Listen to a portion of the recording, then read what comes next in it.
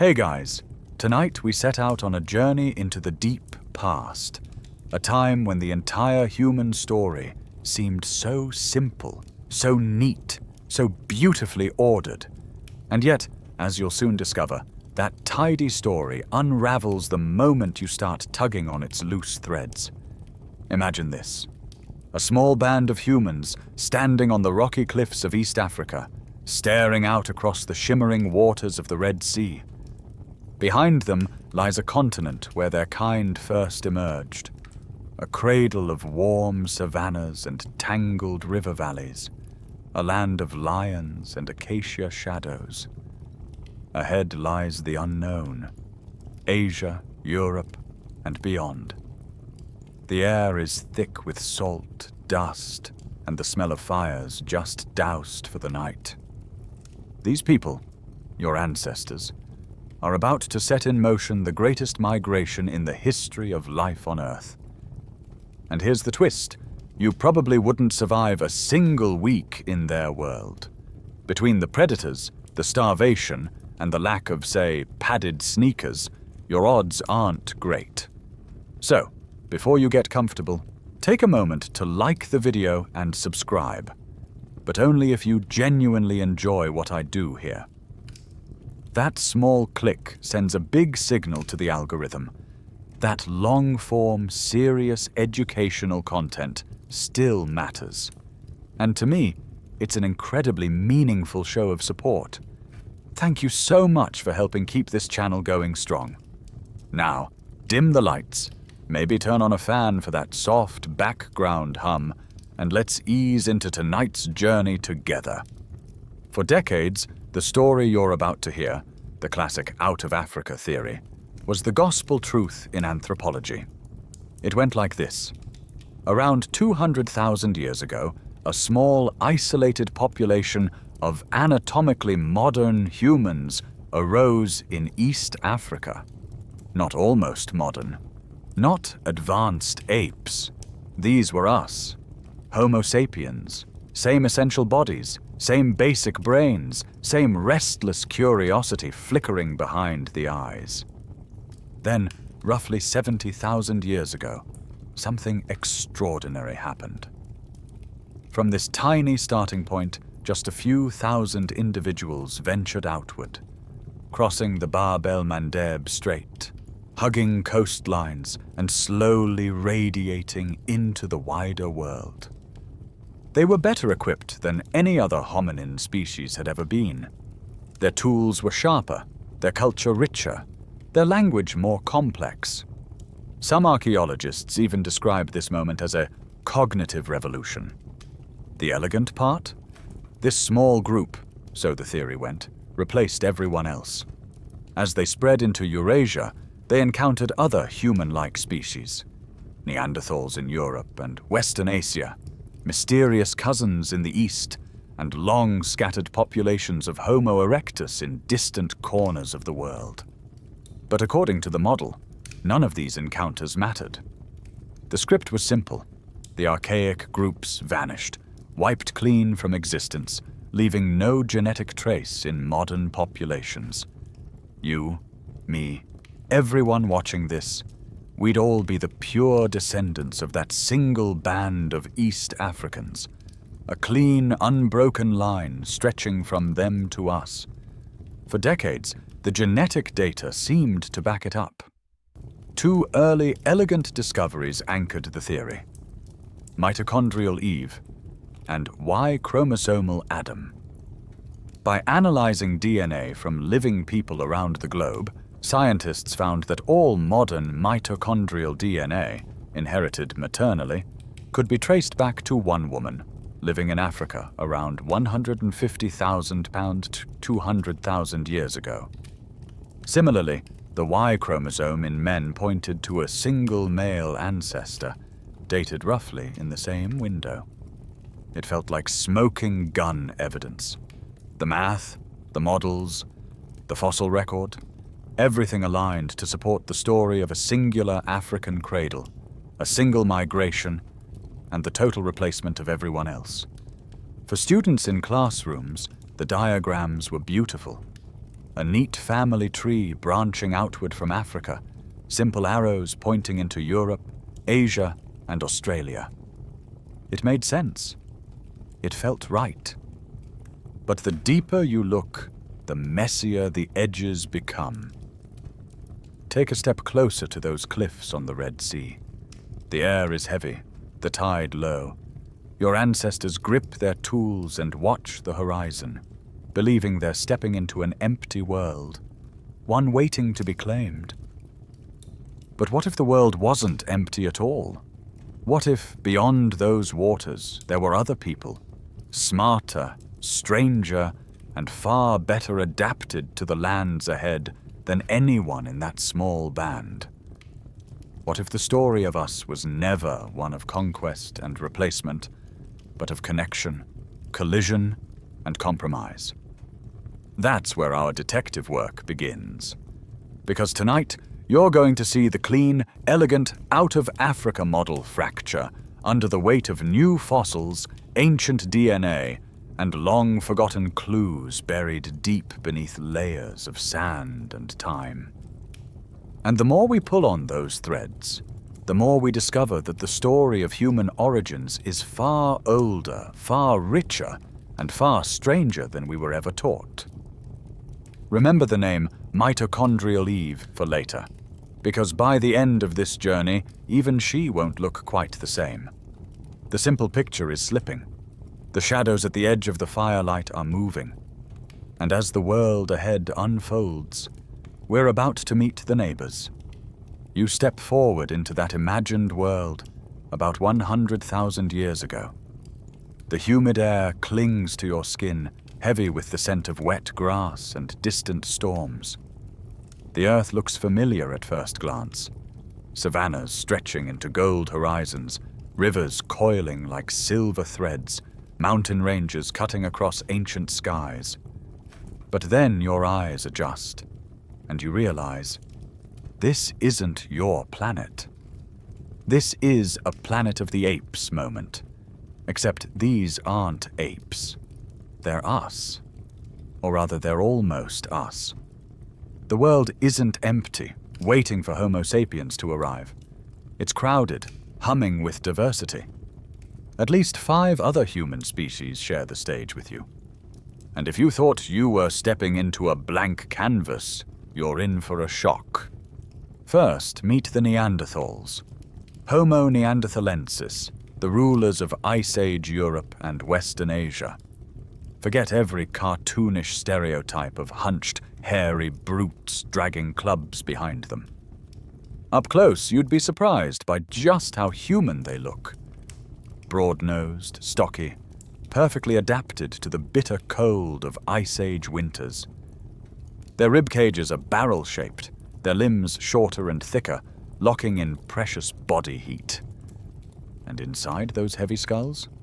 Brains bigger than yours, literally. On average, Neanderthals had cranial capacities exceeding modern humans by about 10%. They're not just surviving, they're thriving. Archaeologists have uncovered complex shelters built from mammoth bones, hearths carefully maintained through harsh winters, and sophisticated hunting strategies requiring teamwork and planning. Forget dumb brutes. These are master survivalists, and historians still argue whether they were capable of fully modern language, if they could speak, joke, and complain about the Ice Age cold as fluently as you gripe about your Wi-Fi speeds. Then there are the Denisovans, the real ghosts of this story. Unlike Neanderthals, we barely know what they looked like.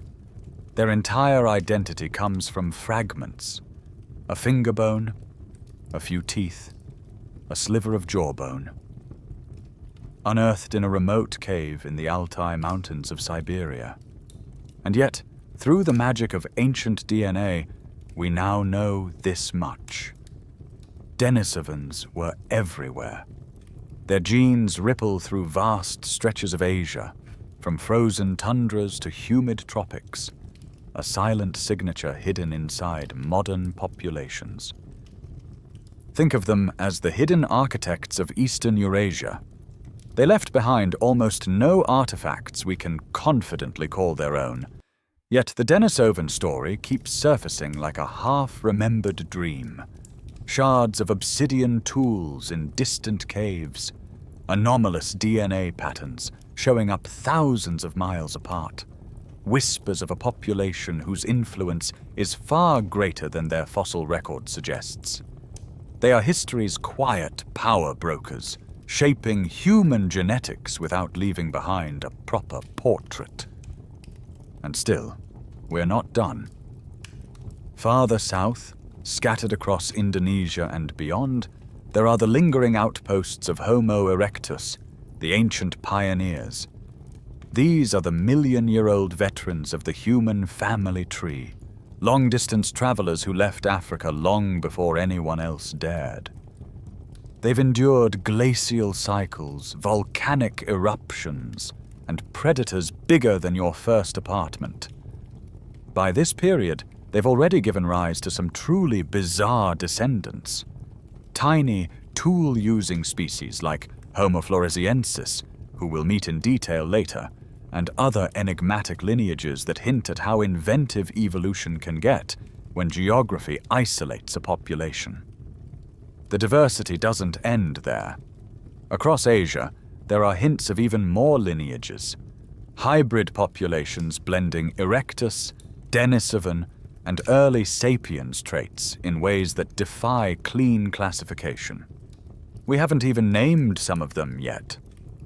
And if you wander far enough south, toward the tangled forests and high-altitude plains of Australasia, you might stumble across groups that carry traits we still can't explain. So here's the reality your ancestors stepped into: a planet already occupied, a living mosaic of hominin cousins adapted to every niche imaginable. Imagine the first Homo sapiens crossing into the Levant or wandering into Central Asia. Every rustle in the underbrush could belong to someone, or something, human, but not quite human. Some groups are stronger than you. Some are better hunters. Some have tools and cultural traditions your people haven't imagined yet. And you're the new kid on the block. That's the thing nobody tells you about the Out of Africa story. We weren't arriving to claim an empty stage. We were crashing a family reunion we hadn't even known existed. Here's the twist that makes this period so fascinating and so mysterious. Nobody agrees on exactly how many human species were alive at this point. Some scientists count 5. Others argue for 8, maybe even more, especially now that genetic evidence points toward entire ghost populations we've never physically found. It's like opening a family album only to realize half the faces are blurred out, and you can't even tell who belongs to which branch. And yet, despite their differences, these groups were deeply connected by a shared vulnerability. The climate was shifting beneath their feet. Massive glacial sheets advanced and retreated. Rivers disappeared overnight. Grasslands turned to deserts. Deserts bloomed into forests. In this chaotic, unstable world, adaptability wasn't optional. It was survival. This is where our ancestors' story begins. Not as pioneers into untouched wilderness, but as invaders stepping into a complex, ancient ecosystem of people. And this sets up the central question at the heart of the mystery.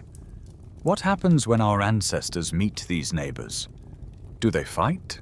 Do they coexist? Do they share technology, food, stories, or something much more intimate? The fossil record gives us pieces of the answer, but genetics? Genetics will turn this entire narrative upside down. For now, keep this image fixed in your mind. A young sapiens family huddled beneath a cold desert night sky. A small fire crackling, embers glowing red. Somewhere beyond the flicker of that firelight, other eyes are watching. The stage is set. the world is anything but empty, and the encounters ahead will shape everything, including you. The night wind carries sand across your face as you duck into the entrance of a limestone cave. Your torchlight dances across ancient walls, illuminating shapes that have waited 120,000 years to be rediscovered. Welcome to School Cave on Mount Carmel, in what is now Israel. Just a short walk away lies Kafze Cave, equally old and equally haunting. And inside these two sites, archaeologists found something so astonishing it nearly broke the neat, elegant, out-of-Africa timeline. Homo sapiens fossils. But here's the problem. These bones are way too early. For decades, the accepted story went like this. The main migration of Homo sapiens out of Africa began 70,000 years ago. That was the golden number. It matched the genetic models, lined up with known archaeological sites, and seemed airtight. But the skull and Kafse skeletons, they date to around 120,000 years ago, nearly 50,000 years earlier than the script allowed. Picture that. Your supposed ancestors had already made it into the Levant before the main event even began. This discovery set off one of the most intense debates in paleoanthropology. If Homo sapiens reached the eastern Mediterranean that early, what happened to them? The mainstream explanation is something called the failed migration hypothesis. According to this view, this first wave of humans pushed northward during a warm, wet period when the Sahara transformed into a green corridor of lakes and savannas. For a while, life was good. Rivers flowed, game was plentiful, and migration was easy. But then, the climate betrayed them. The skies dried up, the deserts returned, and the entire Levant became an unlivable wasteland. Cut off from Africa and hemmed in by Neanderthal populations to the north, these early Homo sapiens supposedly dwindled away, leaving no lasting legacy. At least, that's one story. Look closer, though, and these failures don't feel so simple. Among the skeletal remains at Kafse, archaeologists found something remarkable. Tiny perforated seashell beads. They'd been deliberately collected, drilled, and strung together.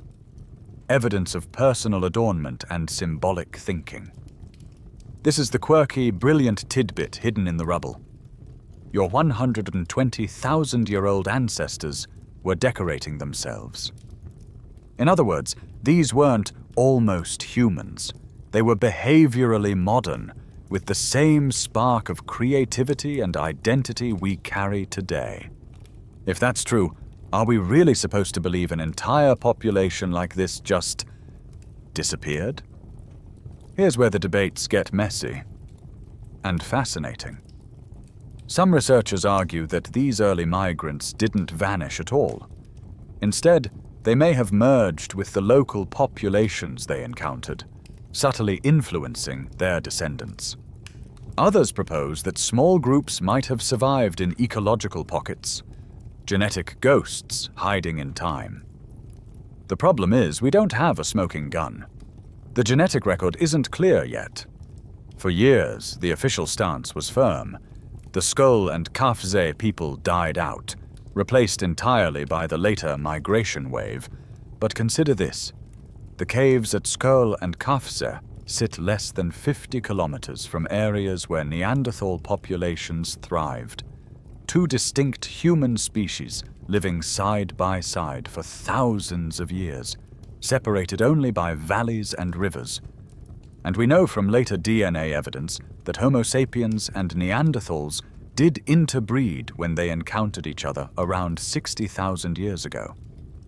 So why couldn't it have started here earlier than anyone assumed? The answer may lie in tools, the quiet breadcrumbs of prehistory.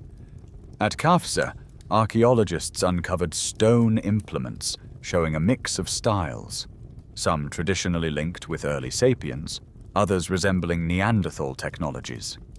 That overlap might suggest cultural exchange, or it could mean that the two groups learned directly from one another.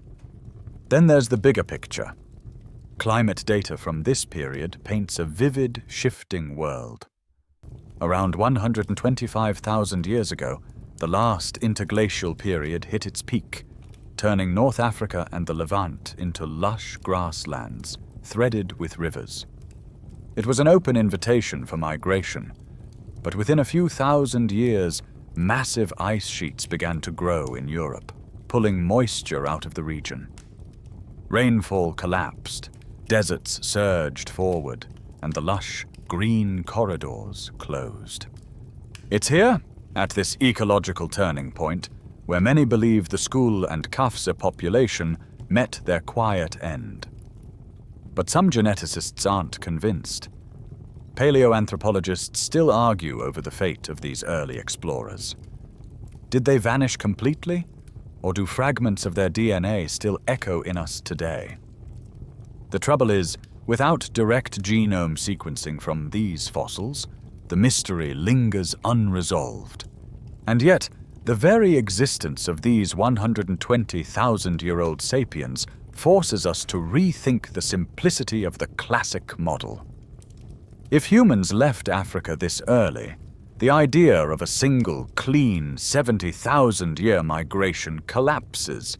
It suggests a stop-and-start pattern with multiple pulses of movement, some successful, others dead ends, all shaping the path ahead. Even their seashell beads whisper rebellion against the failed migration narrative. These weren't primitive wanderers stumbling north by accident. They were innovators, trading shells far from the sea, carving beauty out of survival. Imagine one of them sitting by a fire, stringing a bead necklace by flickering light, while somewhere beyond the hills a Neanderthal family does the same with eagle talons. Two human stories running in parallel, lines destined to cross. The caves of Skull and Kafse don't just give us bones. They give us questions. Why were they here so early? Why did they vanish, if they truly vanished at all? And perhaps most unsettling of all, if Homo sapiens reached this far north 50,000 years before the main migration, how many other early dispersals have we yet to uncover? Because if one thing's becoming clear, it's this. Our ancestors weren't just explorers at 70,000 years ago. They were restless much earlier than we thought, moving, adapting, trying, sometimes failing, but always pushing forward into the unknown. And if this was just the first exit, you can bet it won't be the last. The morning sun burns low over the rolling hills of the Caucasus as you descend into a dry river valley where secrets have slept for nearly 1.8 million years. The soil is dark, rich with volcanic ash, and littered with tiny flecks of bone. You crouch, brush away the dust, and your fingers find a fragment of skull. Thick, ancient, alien. Welcome to Dmanisi, Georgia. What lies beneath your feet here doesn't just nudge the story of human origins, it detonates it. Back when the classic out-of-Africa model still dominated classrooms, Dmanisi was a revelation no one saw coming. In the early 1990s, researchers unearthed several remarkably complete skulls here, along with jawbones and stone tools, dated to around 1.8 million years ago. At first, the assumption was simple. These must be some strange local offshoot. Surely our ancestors didn't leave Africa until much later, but the dating held firm. And these weren't Homo sapiens. They weren't even Neanderthals. These were Homo erectus, or at least close relatives, living in Eurasia a full million years before our species had even evolved. This was the first shock to the system. The migration out of Africa wasn't a single heroic leap by modern humans 70,000 years ago. It had happened before. In fact, it may have happened repeatedly. If you hold one of these Dmanisi skulls in your hands, it feels primitive and modern all at once. A strange in-between. The faces are flat, the brows heavy, the crania smaller than ours but larger than anything that came before. They're early pioneers in every sense, testing survival in landscapes utterly unlike Africa's savannas, colder, harsher, and filled with unfamiliar predators. Their tools tell an equally startling story. Scattered around the site, archaeologists uncovered hundreds of chipped stones, sharp-edged flakes and chunky cores. This is the Oldowan toolkit, named after Olduvai Gorge in Tanzania. It's simple technology, hammerstones smashing flakes from cobbles, producing crude cutting edges for slicing meat and scraping hides. The shock? By 1.8 million years ago, hominins had already carried this technology thousands of kilometers from its African birthplace. It implies planning, persistence, and, critically, the cognitive capacity to adapt old world techniques to new world landscapes. But perhaps the most haunting discovery at Dmanisi isn't the tools or the skulls. It's one particular skeleton. An elderly male, his jawbone nearly toothless, his molars long gone. How did he survive? With no teeth, he couldn't have chewed tough meat or raw plants on his own, yet his bones show evidence he lived years after losing them. That means someone must have chewed food for him, softened it, and cared for him through illness and frailty. This is your quirky tidbit of the day. Nearly 2 million years ago, long before Homo sapiens walked the earth, an ancient hominin was being looked after by his group. A glimpse of empathy buried deep in our evolutionary past. It's a reminder that humanity's capacity for compassion runs far deeper than we once believed. So, what does Dmanisi really tell us? That our family's wanderlust didn't start with us. These early migrations shattered the idea that Homo sapiens were uniquely bold or innovative for leaving Africa. The first footsteps across these mountains belonged to entirely different humans, ancestors whose names we barely know. But the Dmanisi discoveries also created a new puzzle. If Erectus was already out of Africa 1.8 million years ago, why don't we find their descendants everywhere? Did they thrive, or did later waves sweep them away? The Levant and Central Asia likely became crossroads where multiple populations met and mingled. And here's where scholars still argue. Were these early Homo erectus lineages eventually absorbed into later groups like Neanderthals, Denisovans, and us? Or were they evolutionary dead ends, leaving only faint traces in stone and dust? There's also the matter of timing. Around this same period, we find other Homo erectus fossils in places like Java, nearly 1.5 million years old, meaning some populations made it astonishingly far east, while others like those at Dmanisi stayed closer to Africa's edges. This hints at something unexpected. Multiple migrations, not just one. Picture a map of the old world around this time. Africa glowing at the center, bands of savanna stretching into the Levant, river valleys threading north toward the Caucasus. Early humans trickle out along these routes, wave after wave, testing new environments, retreating when climates shifted, advancing again when conditions allowed. Far from being a one-way exodus, human movement seems more like tides, flowing outward, ebbing back, constantly redrawing the borders of possibility. It raises a tantalizing question. If hominins were already exploring Eurasia almost 2 million years ago, why didn't they conquer the planet long before Homo sapiens evolved? Some scientists suggest they hit technological ceilings. The Oldowan toolkit, ingenious as it was, had limits. It couldn't easily tackle colder climates or build durable shelters. Others argue these populations were repeatedly wiped out by dramatic environmental shifts. Ice ages grinding south, deserts expanding, food chains collapsing. But there's a third possibility. Maybe they didn't fail at all. Maybe over hundreds of thousands of years, these early migrants gave rise to diverse lineages. Neanderthals in Europe, Denisovans in Asia, even the tiny Flores hobbits we'll meet later, each adapted perfectly to their corner of the world. If that's true, then Homo erectus at Dmanisi wasn't a footnote. It was the opening act in a vast, braided human drama. And here's the most unsettling implication of all.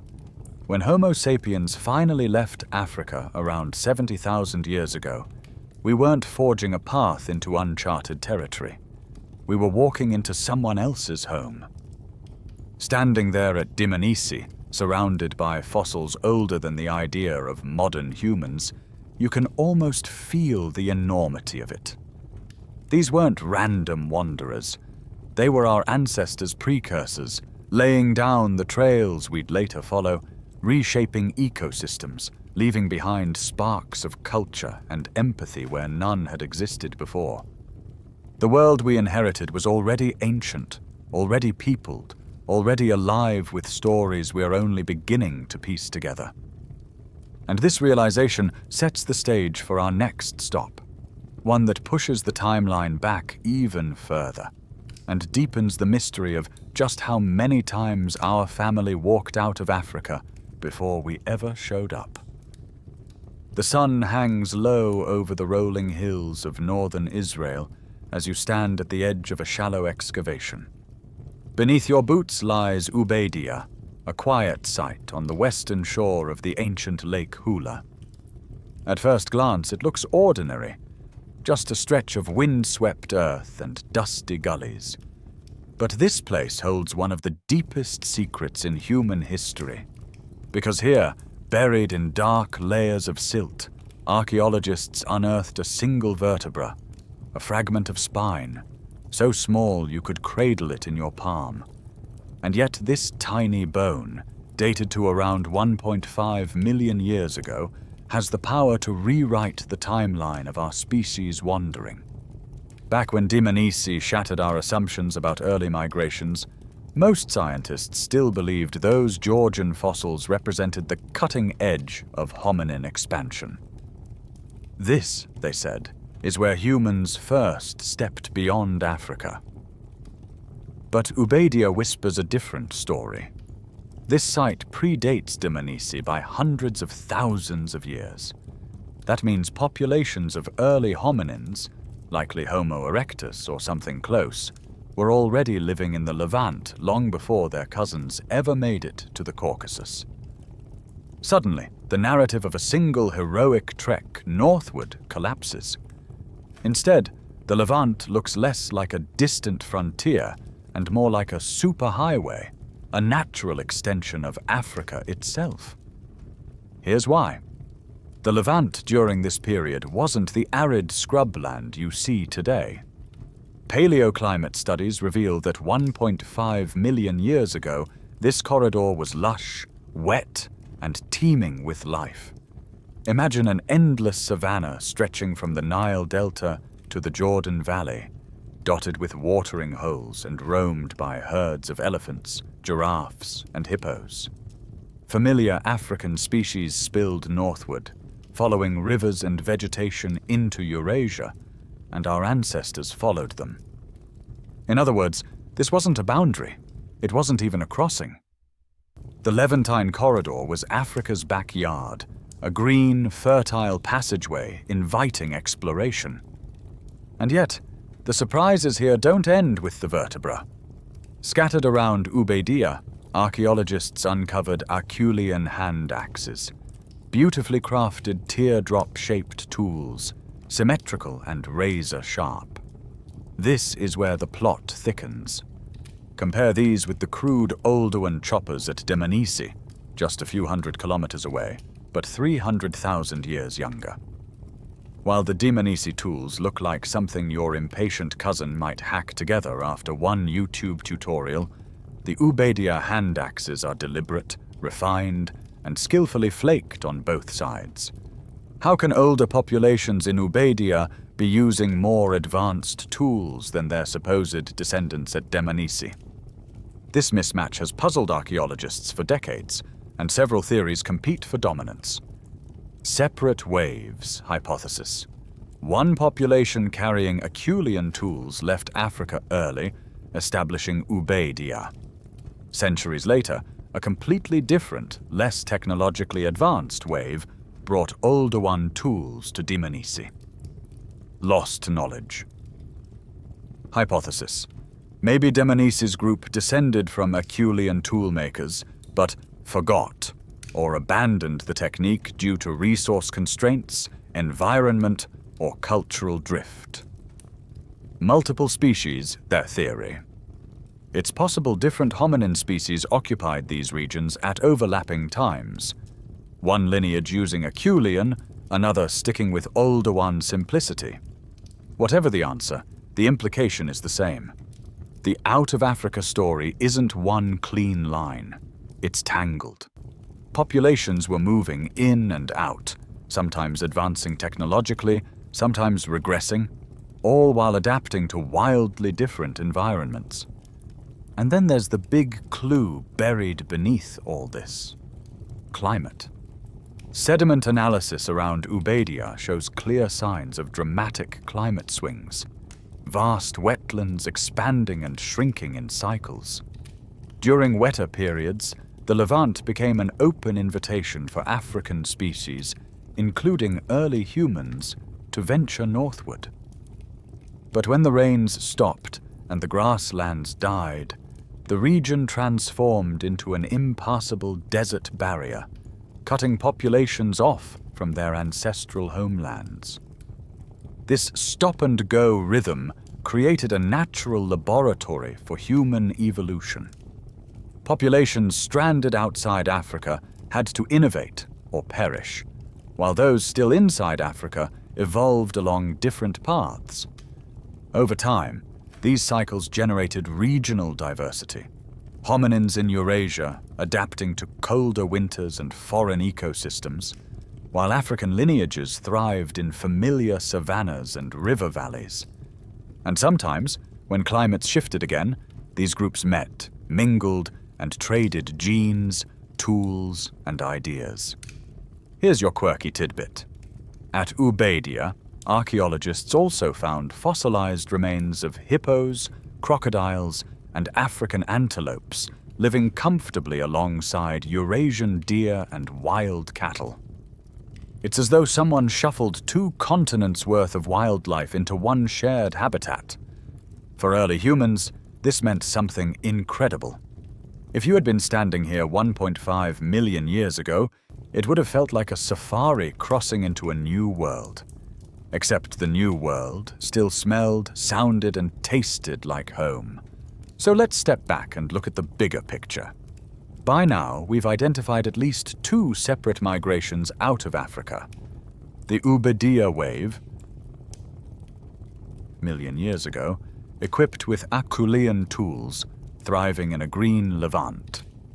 The Dmanisi wave, 1.8 million years ago, possibly a different lineage altogether, using simpler Oldowan technology. Already the old narrative of a single expansion collapses under its own weight. The story isn't one road leading out of Africa. It's a braided delta, branching and reconnecting in ways we're only beginning to understand. And if there were multiple pulses this early, what does that mean for the humans who came later, the Neanderthals, Denisovans, and ultimately us? Were we really unique, or just another chapter in a much longer tradition of restless wanderers? Standing on the ancient shores of Ubeidiya, you can almost feel the pull of that question in the warm air. The waters once lapped quietly at this edge, reflecting endless skies as families of early humans napped their hand axes and watched herds migrate along the green horizon. Some of them would stay, others would push farther north, leaving tracks we'll follow in the next section, into caves, mountains, and time itself. Because as it turns out, our species wasn't the first to dream of leaving Africa. Not by a long shot. You picture a stocky figure hunched by a roaring fire, knuckles dragging, club in hand, brow ridged like the edge of a canyon. That's the image of a Neanderthal you grew up with. Brutish, primitive, doomed to extinction the moment we clever Homo sapiens arrived on the scene. But here's the thing, that stereotype is wrong, painfully wrong. And as you trace the latest evidence from caves, stone tools, and scraps of DNA, the picture of Neanderthals sharpens into something far more surprising and far more unsettling for our ego. Because the truth is, they weren't failed experiments at all. They were our equals in many ways, and maybe even our betters in a few. Start by imagining Europe and Western Asia around 200,000 years ago. It's the middle of an ice age, glaciers sprawling across the north, cold winds cutting across mammoth-dotted plains. And here, among the birch forests and frozen rivers, the Neanderthals thrive. Their bodies are built for this brutal world. Broad shoulders, barrel chests, and shorter limbs that minimize heat loss. While you'd be curled in a fetal position after 5 minutes, they move effortlessly through snowdrifts and icy caves, hunting game with precision and skill. And here's the kicker. Inside those heavy skulls sits a brain larger on average than yours. More neurons, more processing power. Though, to be fair, a little less forehead real estate for TikTok dance inspiration. We once assumed Neanderthals were stuck in survival mode, banging rocks together in an endless loop. But then came the discovery of their Mysterian toolkit. Stone tools so sophisticated, they forced archaeologists to rethink everything. These tools weren't haphazardly smashed together. They were meticulously planned, shaped, and refined, often involving a technique called the Levallois method, carefully preparing a core stone, then striking flakes from it at exact angles to produce standardized, razor-sharp blades. That kind of precision demands mental rehearsal and long-term planning. And they didn't stop there.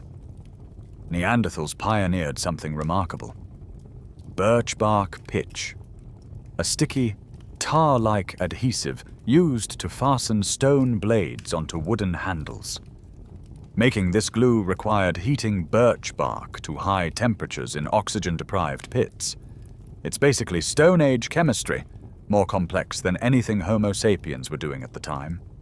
So much for primitive. Then there's the evidence for culture, the real game changer. Deep in Bruniquel Cave in southern France, archaeologists found something extraordinary. A massive circular structure built 176,000 years ago, made from snapped stalagmites stacked into rings. The cave lies hundreds of meters underground, meaning the Neanderthals who built it had to master navigation in total darkness, control fire in confined spaces, and organize cooperative labor to complete it. Was it ritual? Shelter? Something stranger? Scientists still argue about its purpose, but one thing is clear. This was deliberate, symbolic behavior. Elsewhere, in Croatia's Krapina site, researchers uncovered eagle talons shaped into pendants, the earliest known jewelry in Europe. At other sites, ochre pigments hint at body painting, while decorated shells suggest a taste for beauty and identity. These weren't brainless brutes stumbling through a frozen wilderness. They were artists, engineers, and storytellers in their own right. And yet, their story isn't without mysteries and debates. Take the famous flower burial in Iraq's Shanidar cave. Archaeologists discovered a Neanderthal skeleton surrounded by pollen from wildflowers. At first, it seemed obvious.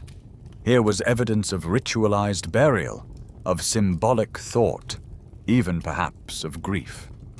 But later studies challenged the interpretation, suggesting the pollen might have blown in or been carried by burrowing rodents. To this day, scientists fiercely debate whether this Neanderthal was intentionally buried with flowers or if it's just a beautiful accident frozen in time. The more evidence we gather, the clearer the picture becomes. Neanderthals were not evolutionary failures. They were successful, intelligent, resilient, holding Europe for hundreds of thousands of years before we even set foot there. So why did they vanish? The classic Out of Africa story framed their disappearance as inevitable. Smarter Homo sapiens arrived and simply outcompeted them into extinction. But every scrap of new evidence erodes that tidy explanation. If Neanderthals were as capable as us, maybe even better adapted to Ice Age Europe, then conquest alone doesn't cut it. Some researchers suggest disease played a role, with African pathogens sweeping into Eurasian populations who lacked immunity. Others think climate shifts fragmented their habitats faster than they could adapt. And increasingly, we're learning that extinction might not be the right word at all. Because in a twist no one expected, part of the Neanderthal story didn't end with their bones. It continues inside you. Here's your quirky tidbit. If you've ever had hay fever, eczema, or a weird reaction to mosquito bites, you might have Neanderthals to thank. Certain immune-related gene variants inherited from them make modern humans hypersensitive to environmental triggers. In other words, that sneeze you blamed on spring pollen? That's a 176,000-year-old family heirloom. And yet, when you look at their archaeological record, the mystery only deepens. Why would such intelligent, adaptable, creative people vanish entirely? Unless they didn't. Unless somehow they became us. We'll get the answer soon, but here's a teaser. Decades after their last campfires went cold, fragments of Neanderthal DNA started whispering back from the past. When scientists finally cracked those genetic codes, they didn't just rewrite our family tree. They burned the old one down entirely. And what replaced it is far messier, stranger, and more interconnected than anyone expected. It starts with a bone. A fragment so small you could mistake it for a broken seashell. Dug from the cold soil of a Croatian cave called Ubeidiya. For decades, these Neanderthal remains sat quietly in museum drawers, too fragile to reveal their secrets. Then, in the early 2000s, a small team of scientists decided to attempt the impossible, to sequence the genome of an extinct human species. And when they succeeded, they detonated the clean, elegant, out-of-Africa story like a stick of dynamite. Imagine the stakes here. Under the classic model, Homo sapiens swept out of Africa around 70,000 years ago and replaced everyone else. No interbreeding, no mixing, no exceptions. The family tree was tidy, the lines sharp. But in 2010, Svante Pääbo and his team at the Max Planck Institute published the results of the Neanderthal Genome Project, one of the greatest scientific feats of the 21st century. After painstakingly piecing together billions of degraded DNA fragments, they compared the Neanderthal genome to that of living humans from around the globe. The expectation? Zero overlap, a clean split between us and them. The result? A bombshell. Every modern human population outside sub-Saharan Africa carries between 1% and 4% Neanderthal DNA. Pause for a second and let that sink in. It means that somewhere, tens of thousands of years ago, your ancestors met Neanderthals, and had children with them. And those children weren't evolutionary dead ends. They were fertile, integrated into the migrating Homo sapiens populations, and their genes live on in you right now. That discovery killed the total replacement theory in a single stroke. It wasn't conquest. It was contact. It was connection. Suddenly, the idea of a pure Homo sapiens lineage collapsed. We're not the untouched pinnacle of evolution. We're a hybrid species, a patchwork stitched together by encounters across tens of millennia. But here's where things get even stranger. The Neanderthal DNA you carry isn't random. It's not evenly scattered through your genome like confetti after a parade. Instead, certain genes seem to have been selected for, while others were rejected over time. For example, many of the immune system genes linked to toll-like receptors, your first line of defense against foreign pathogens, come directly from Neanderthals. When early Homo sapiens entered Eurasia, they faced entirely new bacteria, parasites and viruses their African-adapted immune systems weren't prepared for. Borrowing local immune genes wasn't just helpful, it was survival. But here's the flip side. Some Neanderthal variants also came with baggage. Genes linked to blood clots, certain autoimmune conditions, and even increased vulnerability to severe viral infections, like COVID-19, trace straight back to them. In other words, part of your medical history was written 60,000 years ago by someone you've never met. This wasn't just a quirky side note in human evolution. It was a paradigm shift. The story we'd been telling ourselves for decades, clean exits, simple replacements, no lingering threads, was over. And Svante Pääbo's discovery didn't just earn him the 2022 Nobel Prize in Physiology or Medicine. It forced scientists to redraw the human family tree into something far more tangled than anyone anticipated. Picture it now, not as a neat branching diagram, but as a braided stream. Separate lineages flowing outward, colliding, merging, splitting again, and carrying fragments of each other forward. The old diagrams showing modern humans on one side and archaic humans on the other? Gone. Of course, as soon as the Neanderthal genome results dropped, the scientific world erupted in debate. Some researchers argued that this interbreeding was rare and fleeting, limited to a handful of encounters along narrow migration corridors. Others proposed something more radical. What if extensive, repeated mixing between populations was the norm, not the exception? Fossil evidence backs the second view.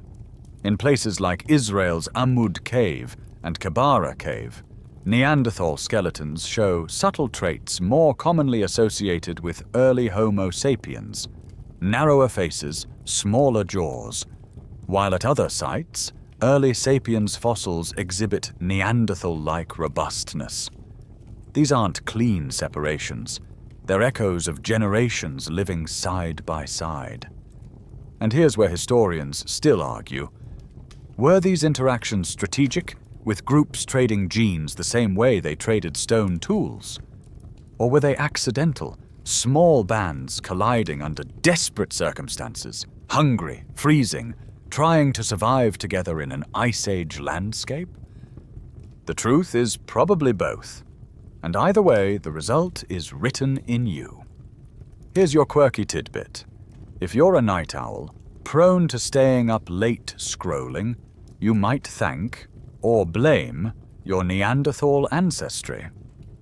A set of genes regulating circadian rhythms appear to have come from them, adapted for life in higher latitudes where daylight cycles were extreme. So yes, your late-night YouTube habit might be 60,000 years old. But here's the biggest takeaway. Once interbreeding enters the picture, the neat boundaries between us and them dissolve. Species that we thought were utterly separate weren't barriers at all. They were porous, constantly exchanging genes and adaptations. That's why the Neanderthal genome discovery was more than just another fossil find. It wasn't a footnote, it was a revolution.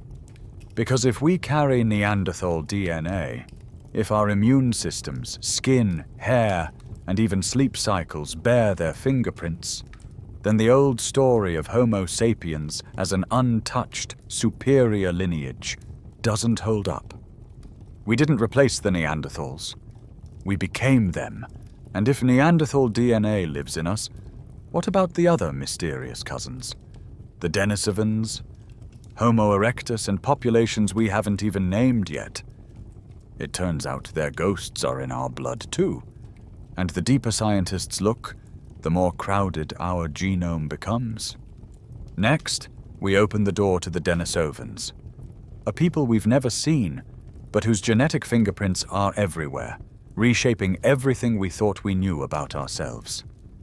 You wake beneath a cold pre-dawn sky, the last embers of your fire whispering into ash.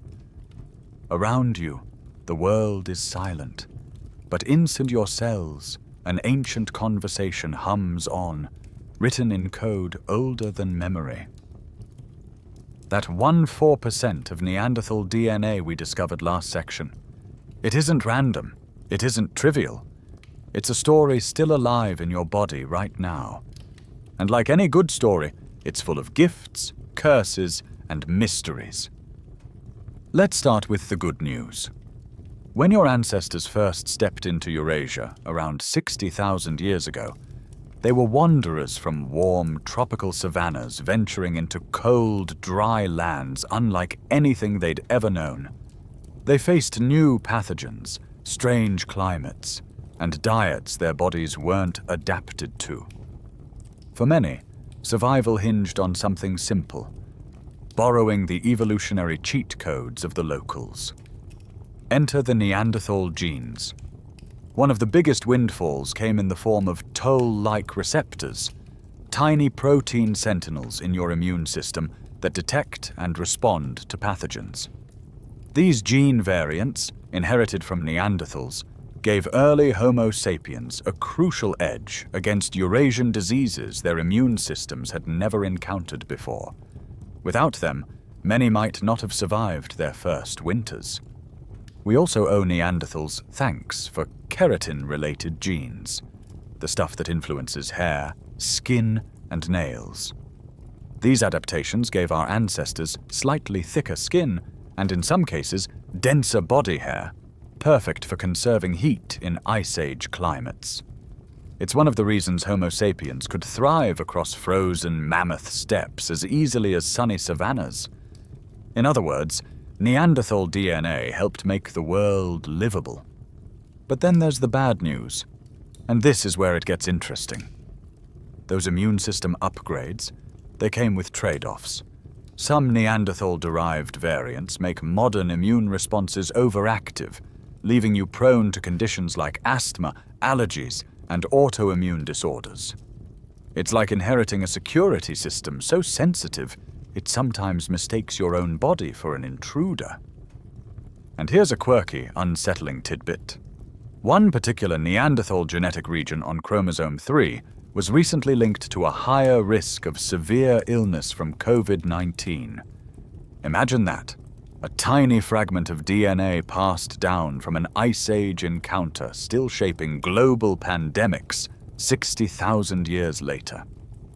Your ancestors borrowed these tools for survival, but those same adaptations can now clash with the environments we live in today. It gets stranger. Some Neanderthal variants influence metabolism, especially how your body stores fat and processes sugar. Researchers have linked these to a higher risk of type 2 diabetes and blood clots in modern populations. Once upon a time, in a world where food was scarce and wounds were frequent, these traits might have been lifesavers. Today, in a world of desk jobs and late-night snacks, they're liabilities. And then there are the genes tied to mental health. Studies suggest certain Neanderthal alleles increase the likelihood of depression, and nicotine addiction, hinting that some neurological traits wired for Ice Age stress responses now misfire in modern contexts. Your sleepless doom-scrolling at 2 a.m.? You might just blame the Ice Age. All of this leads to a bigger point. There is no pure Homo sapiens. For decades, anthropology clung to the idea that our lineage stood apart, pristine and untouched, marching triumphantly into a new world. But your genome tells a different story. Every person alive today outside of sub-Saharan Africa carries Neanderthal DNA. Indigenous Melanesian and Australian populations carry even more, thanks to interactions we'll explore soon. We are hybrids by definition, a mosaic stitched together from ancient encounters. Of course, researchers are still uncovering exactly how these genes work, and many of the findings are fiercely debated. Historians and geneticists still argue whether traits like skin pigmentation and UV tolerance came primarily from Neanderthals or evolved independently in Homo sapiens after migration.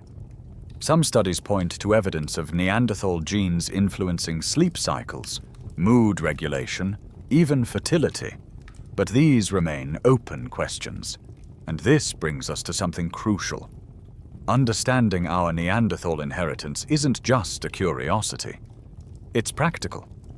By studying ancient DNA, scientists have gained insights into why certain populations today are predisposed to specific diseases, why our immune systems behave differently, and even why our skin responds uniquely to sunlight at different latitudes.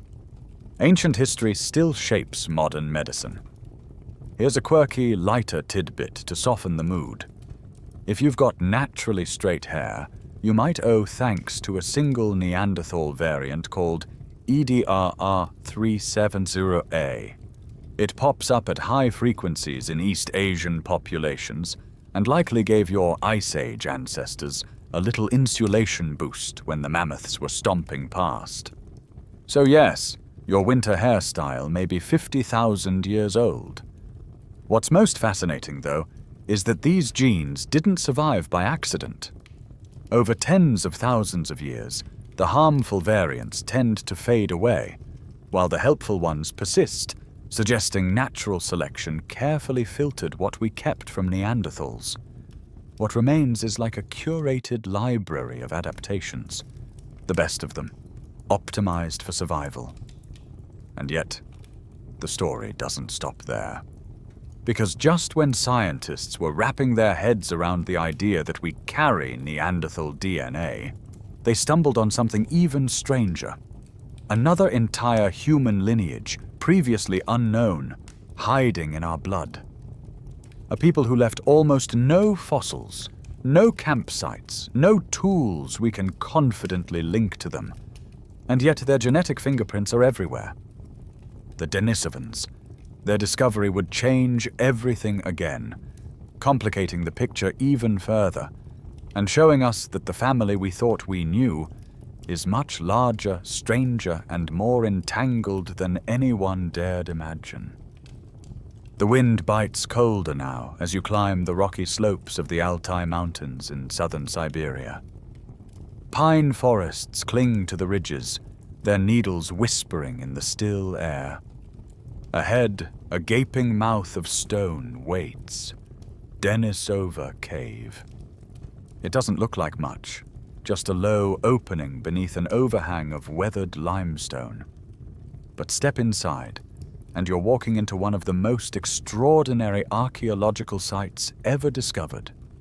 Because here, in this quiet cave, scientists found a clue so small it could rest on your fingertip. And yet it would overturn everything we thought we knew about being human. The story begins in 2008, when a team of Russian archaeologists uncovered a tiny pinky bone from the cave floor. They assumed it belonged to a Neanderthal.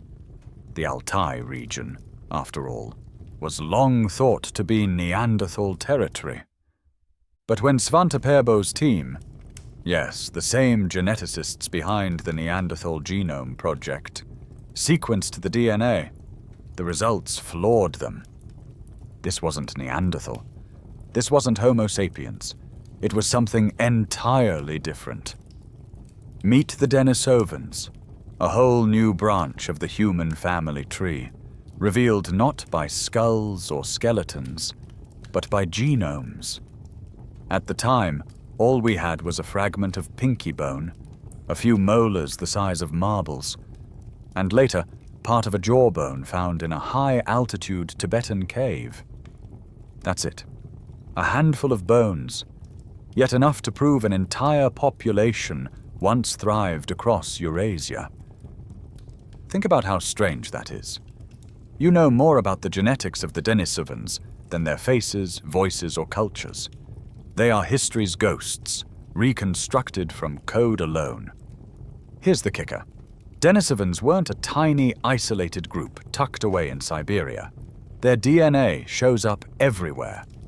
We now know that Denisovans were widespread across Asia, from the frigid peaks of the Himalayas to the tropical forests of Southeast Asia. And they didn't just live there, they thrived there. That suggests they weren't just another fringe population. They were masters of their landscapes, adapting to environments that would have crushed other hominins. One Denisovan gene in particular, known as EPAS1, still lives in modern Tibetans and allows them to survive in thin, oxygen-poor air at altitudes over 4,000 meters. Without it, most people would struggle to breathe, their bodies drowning silently in their own fluids. Thanks to Denisovan ancestry, though, Tibetan populations carry a built-in high-altitude cheat code. And then there's the cave itself, Denisova. When scientists sifted through its sediment layers, they found something astonishing. 3 distinct human species had lived here at different times: Denisovans, Neanderthals, and modern humans. That means this single cave hosted at least 3 overlapping human lineages, sharing firelight, tools, and, as we now know, genes. The data tells us Neanderthals and Denisovans interbred repeatedly. One remarkable fossil, a sliver of bone called Denisova 11, belonged to a first-generation hybrid, the daughter of a Neanderthal mother and Denisovan father. Imagine that. 2 species meeting in a dark cave 90,000 years ago, raising children together. The resulting family ties ripple forward into our own genomes. Now, here's your quirky tidbit. Buried in the Denisovan layer of the cave, archaeologists discovered an exquisitely polished green chlorite bracelet, dated to around 40,000 years ago.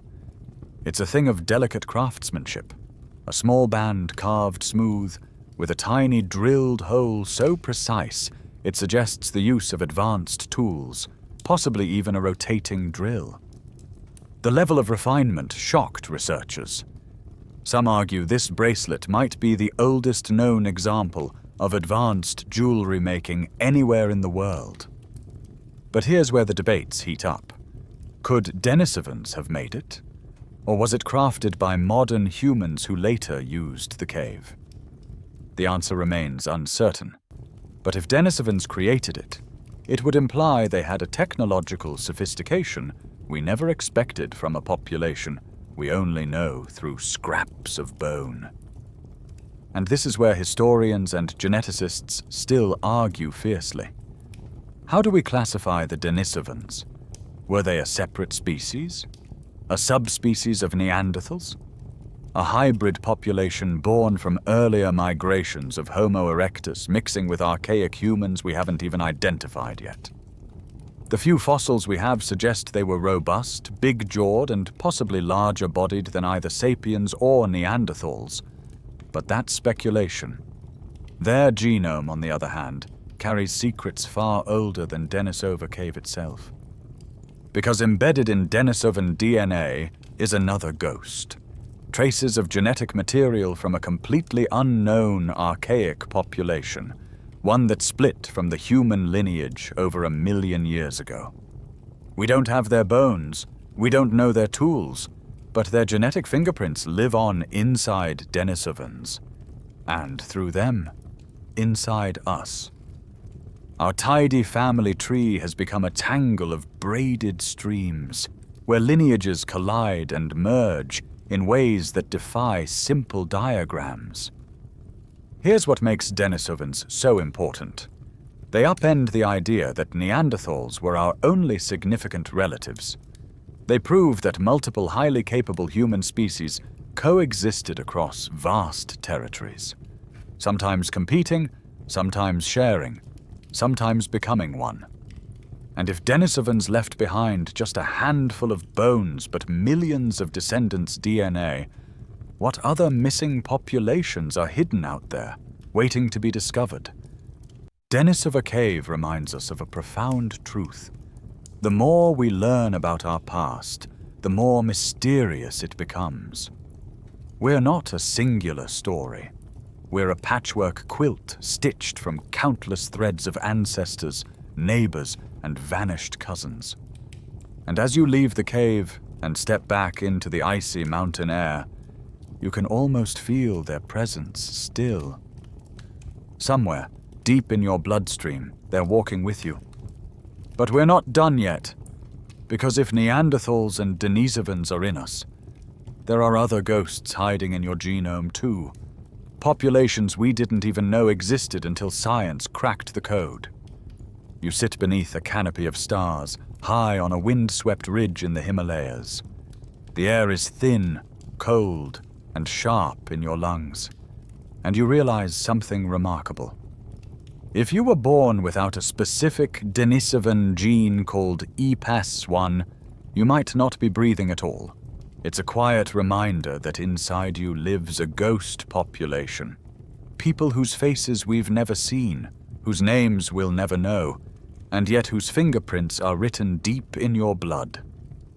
Because once the Denisovan genome was sequenced, scientists uncovered something astonishing.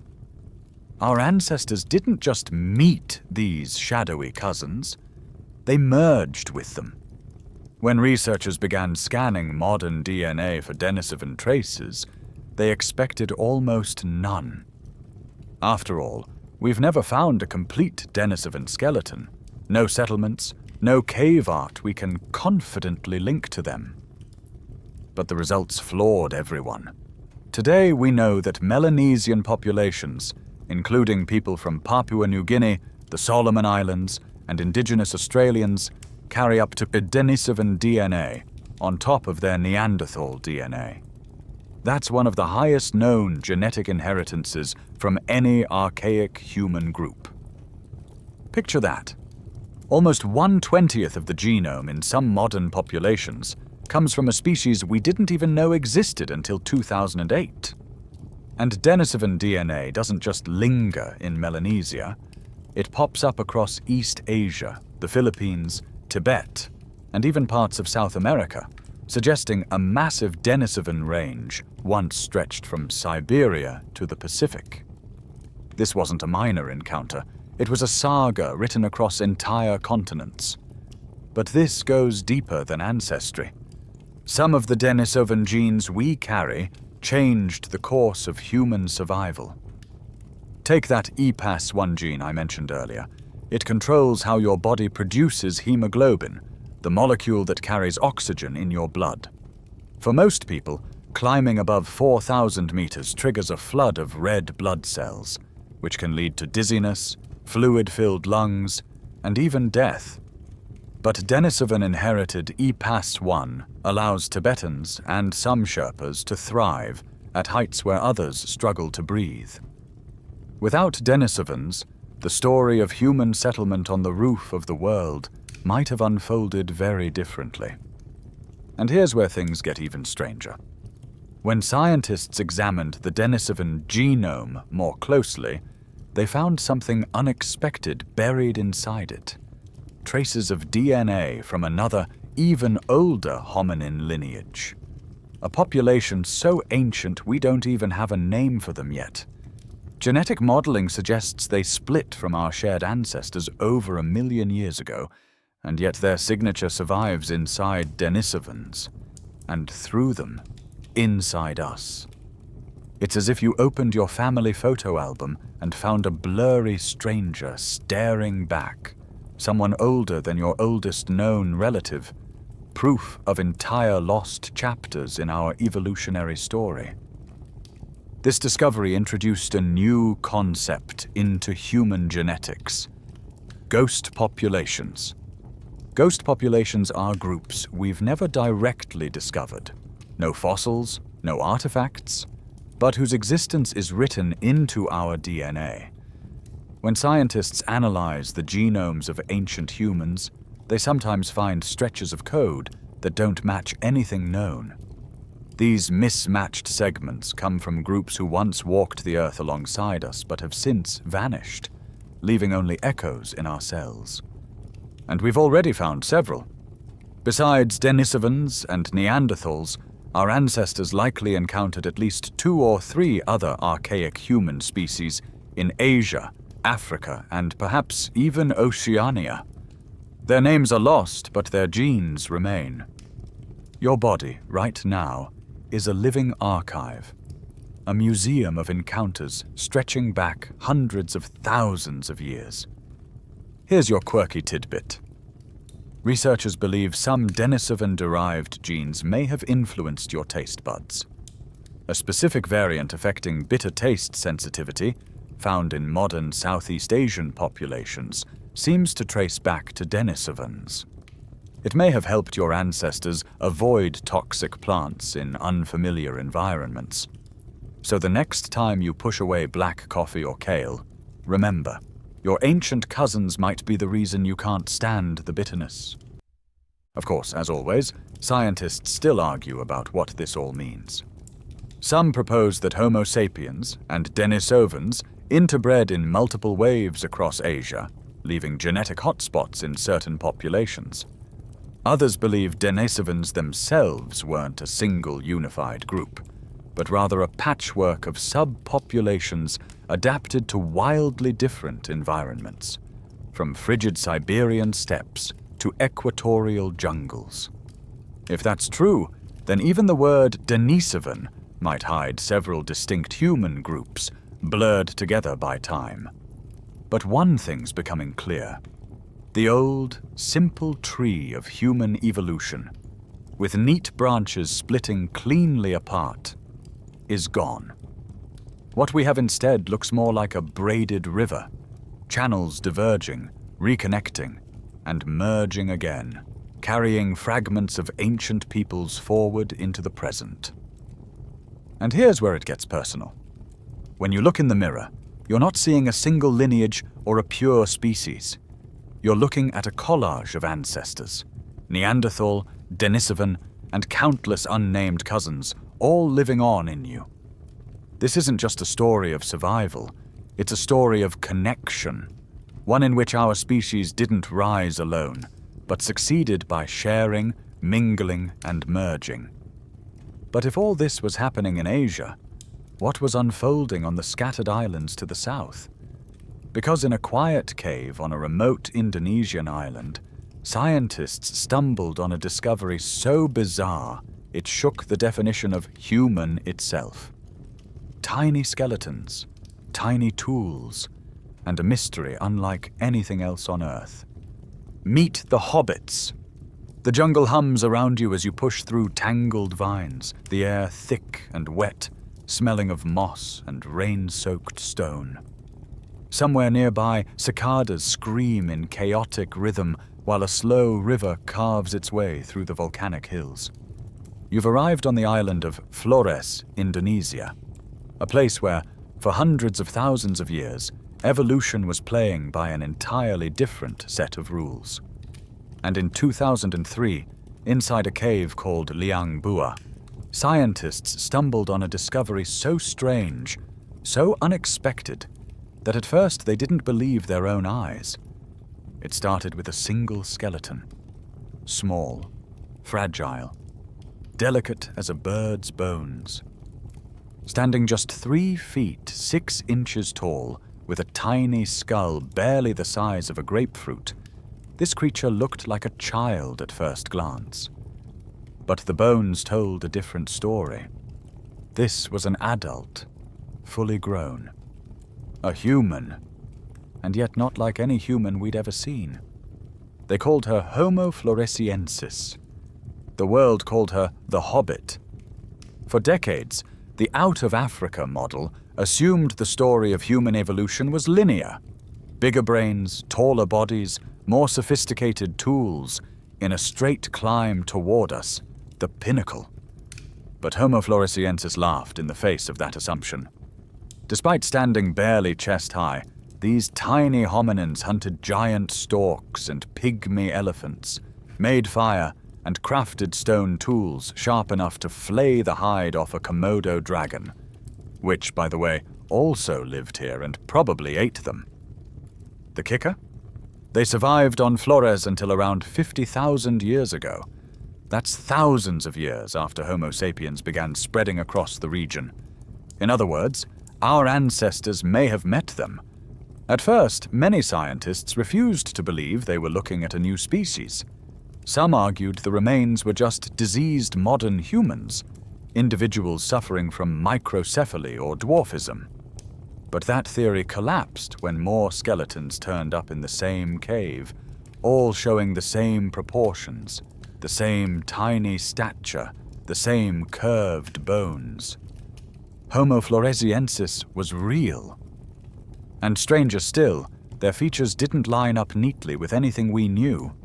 Their faces were flat and modern-looking, but their wrists and feet resembled much older hominins, like Homo erectus or even Australopithecines, our distant African ancestors from millions of years ago. It was as though someone had taken the human family tree, shaken it violently, and let evolution's spare parts land wherever they pleased. This led to one of the most fascinating hypotheses in paleoanthropology: island dwarfism. On small, isolated islands with limited food and few predators, large animals often evolve to become smaller over time. Elephants shrink, hippos shrink, even giant birds scale down. Why not humans? One theory suggests a group of early Homo erectus, those same restless migrants we met at Dmanisi and Ubeidiya, made their way to Flores nearly 1 million years ago.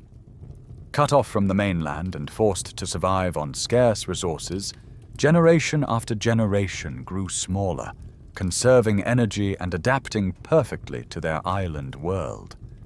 If true, Homo floresiensis would be a living echo of one of humanity's earliest migrations, a distant cousin carrying million-year-old DNA through to almost modern times. But there's another possibility, one that scientists still debate fiercely. What if Homo floresiensis didn't descend from Homo erectus at all? What if they split from a far older lineage, perhaps even before Erectus left Africa? Some skeletal traits, like their long arms and primitive foot structure, seem to hark back to hominins over 2 million years old.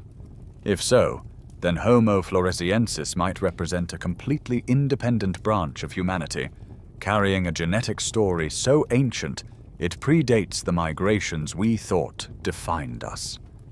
We don't have enough DNA from their fossils yet to know for sure, but either way they force us to confront a profound truth. Evolution doesn't march in a straight line. It meanders, improvises, and experiments, often producing forms so unexpected they seem almost fictional. Here's your quirky tidbit. Despite their small brains, averaging just 400 cubic centimeters, roughly the size of a chimpanzee's, Homo floresiensis made sophisticated stone tools. The very same cognitive leap once thought to require a big brain was happening inside a skull the size of a softball. If you've ever been underestimated because of appearances, these little hominins are your prehistoric champions. But there's an even deeper mystery here, one that still keeps researchers awake at night. Why did Homo floresiensis disappear? They thrived on Flores for hundreds of thousands of years. They adapted perfectly to their island ecosystem. And yet, around 50,000 years ago, their traces vanish. Coincidentally, that's right around the time Homo sapiens arrived in the region. Was it competition? Did we outhunt them? Did our diseases devastate them? Or did we meet them, live alongside them, and merge with them, just as we did with Neanderthals and Denisovans? We simply don't know. But the timing makes their disappearance suspicious, like a page missing from a book we desperately want to read. And here's the kicker. Homo floresiensis might not be unique. In nearby Luzon, an island in the Philippines, scientists recently uncovered another set of small-bodied hominin remains. Just as bizarre, just as unexpected. These tiny ancestors rewrote the rules again, hinting that the islands of Southeast Asia may have sheltered multiple hidden species of humans long after our own ancestors thought they'd conquered the world. In other words, Homo sapiens weren't stepping into an empty stage. They were walking into a crowded theater, full of actors who'd been playing their roles for hundreds of millennia. And the next discovery, in the caves of Luzon, would prove just how strange and how tangled this story really is. The air in northern Luzon is thick with humidity, warm winds slipping through the tangled canopy of the Philippine rainforest. Crickets sing in an endless drone, and rivers cut silver ribbons through the hills. Beneath this tropical paradise lies Calao Cave, a limestone labyrinth stretching deep into the earth. And in 2007, it became the site of one of the most shocking discoveries in recent human history. Inside, archaeologists found a handful of small bones and teeth. At first, they didn't seem extraordinary. Just a few toe phalanges, a femur fragment, and 7 tiny molars. But when scientists analyzed their shape and compared them to other known species, everything stopped making sense. These remains, dated to around 67,000 years ago, belonged to a species unlike anything we'd ever seen. They named it Homo luzonensis. If Homo floresiensis, the hobbits of Flores, had already shattered the assumption that human evolution was simple and linear, Homo luzonensis took a hammer to whatever was left of that idea. On the surface, the species looks small-bodied, like floresiensis. But their teeth, completely different. Their molars are oddly tiny, with peculiar crowns and roots unlike Neanderthals, Denisovans, or modern humans. Even stranger, their finger and toe bones are curved, similar to much older Australopithecines, hominins that walked the African savannas more than 2 million years ago. Imagine that. In the middle of Southeast Asia, less than 70,000 years ago, there were humans walking upright and possibly climbing trees like it was still the Pliocene. This is where scientists' debates get fiery. How do you fit Homo luzonensis into the bigger picture? Some propose they descended from Homo erectus populations that arrived on Luzon hundreds of thousands of years earlier, evolving into a miniature, highly specialized island species, much like Homo floresiensis. This is the island dwarfism hypothesis, where small body size is an evolutionary response to limited food resources and isolated environments. But others suggest something far more radical. What if Homo luzonensis represents a surviving branch of a much older lineage, one that split from the human family tree long before Erectus ever left Africa? If that's true, then these little cave dwellers were living, breathing time capsules, genetic echoes from a chapter we thought had closed millions of years ago. The problem? We don't yet have DNA from these fossils. The Philippine climate is harsh on genetic material, and so far, the ancient code has refused to reveal itself. For now, Homo luzonensis remains a puzzle, an outlier that refuses to fit neatly anywhere. Here's your quirky tidbit. Archaeologists suspect these tiny humans were capable of crossing significant stretches of ocean long before modern boats existed. The Luzon fossils were found on an island separated by deep water, suggesting that whoever reached it had some method of crossing open sea. Were they clinging to logs, improvising rafts, or accidentally swept away on natural debris during storms? Whatever the case, hominins were seafaring far earlier than anyone once believed, but the implications go deeper than Luzon itself. With Homo floresiensis on Flores, Homo luzonensis in the Philippines, and possible erectus-descended populations scattered across Indonesia, it's becoming clear that Southeast Asia was once a hotspot of diversity, home to multiple species of humans living side by side. And this raises a haunting question. What happened when our ancestors arrived? Homo sapiens entered this region roughly 50,000 years ago, pushing outward from mainland Asia into the islands.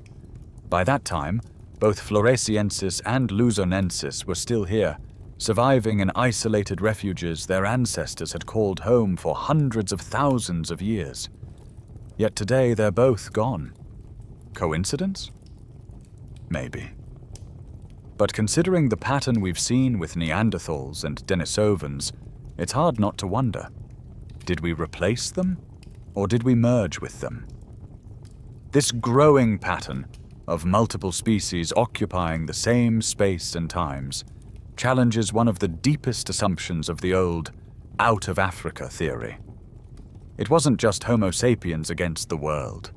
Eurasia wasn't a clean slate. It was a crowded chessboard full of players making complex moves. In one direction, you had Neanderthals hunting reindeer in Ice Age Europe. In another, Denisovans climbing the Tibetan plateau. On the islands, hobbits and Luzonensis shaped their tiny worlds. And everywhere, modern humans wandered through this living mosaic, sometimes competing, sometimes cooperating, and often blending into the populations they encountered. This wasn't a conquest. It was entanglement. And historians still argue fiercely about what it all means. Some believe Homo luzonensis and floresiensis were wiped out by Homo sapiens, either through direct conflict or indirect pressures like resource competition. Others argue they may have hung on longer than we think, surviving in tiny, hidden populations well into recent prehistory. There are even whispers in local folklore across Indonesia and the Philippines of little forest people. Stories so persistent some anthropologists think they might preserve dim memories of encounters long past. Whether or not Homo sapiens directly caused their extinction, the timing lines up too neatly to ignore. Within just a few thousand years of our arrival, these species vanish. Their caves fall silent, their stone tools are left behind, and only their bones, and maybe fragments of their DNA, remain to tell their story. So here's where the detective work turns inward. We've mapped Neanderthal DNA inside us. We've traced Denisovan genes across Asia and Melanesia. But if tiny species like Floresiensis or Luzonensis also left descendants, would we even know? Without preserved DNA,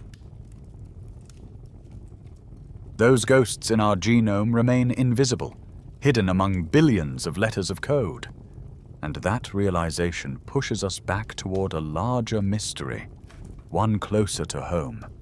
Because while we've been focused on Southeast Asia, something astonishing has been uncovered back where the original out of Africa theory began.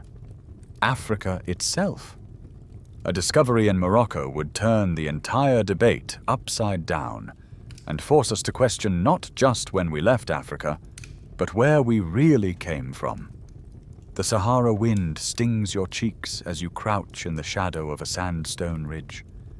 The heat is suffocating, the horizon endless, and the desert around you seems timeless, empty, silent, unchanging. But 300,000 years ago, this landscape looked very different. Green savannas stretched where dunes now reign, rivers coiled through valleys alive with antelope and zebra, and early humans hunted in the shade of scattered acacia trees.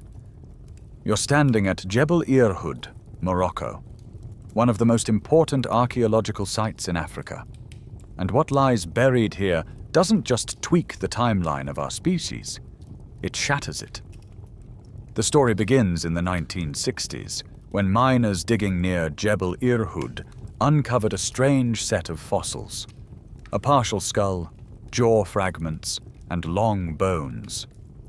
At first, scientists assumed they were maybe 40,000 years old, possibly late surviving Neanderthals or archaic Homo sapiens. But in 2017, everything changed. Using advanced dating techniques, researchers reanalyzed the fossils and came back with a result that shook paleoanthropology to its core. The remains were 300,000 years old. Let that sink in. That's 100,000 years older than the previous record holders from East Africa's famous Omo and Herto sites. Suddenly, Morocco, on the far northwest edge of the continent, became home to the oldest known Homo sapiens fossils on Earth. The faces reconstructed from these skulls are both familiar and strange. If you met one of these early humans on a crowded subway, you might not look twice at first glance. But then you'd notice subtle differences: a slightly longer, lower skull, prominent brow ridges, and smaller, flatter faces compared to earlier hominins. They were unmistakably Homo sapiens, just not quite the final draft. This finding blew a hole straight through the old single origin model. For decades, the out-of-Africa theory leaned heavily on an East African cradle, the Rift Valley, the Omo River Basin, Lake Turkana, the romantic idea that one small region produced a single Edenic population from which all modern humans descended. But Jebel Irhoud changed everything. If Homo sapiens were living in Morocco 300,000 years ago, thousands of kilometers from the supposed birthplace, the idea of one tidy cradle collapses. Instead, a new model emerges: the Pan-African origin hypothesis. Here's how it works. Rather than evolving in one small, isolated population, Homo sapiens likely arose through a network of semi-connected groups scattered across the continent. These groups were separated by shifting deserts, forests, and rivers, diverging for thousands of years before reconnecting when climates changed. Each region contributed unique traits to the final package we now call modern humans. Imagine Africa not as a single nursery, but as a mosaic of experiments, populations adapting locally while occasionally sharing ideas, tools, and genes. This explains why fossils from across Africa, from Morocco, Ethiopia, South Africa, and even Nigeria, all show slightly different mixes of archaic and modern features. We weren't born in one place, from one family. We were forged by an entire continent. And here's your quirky tidbit.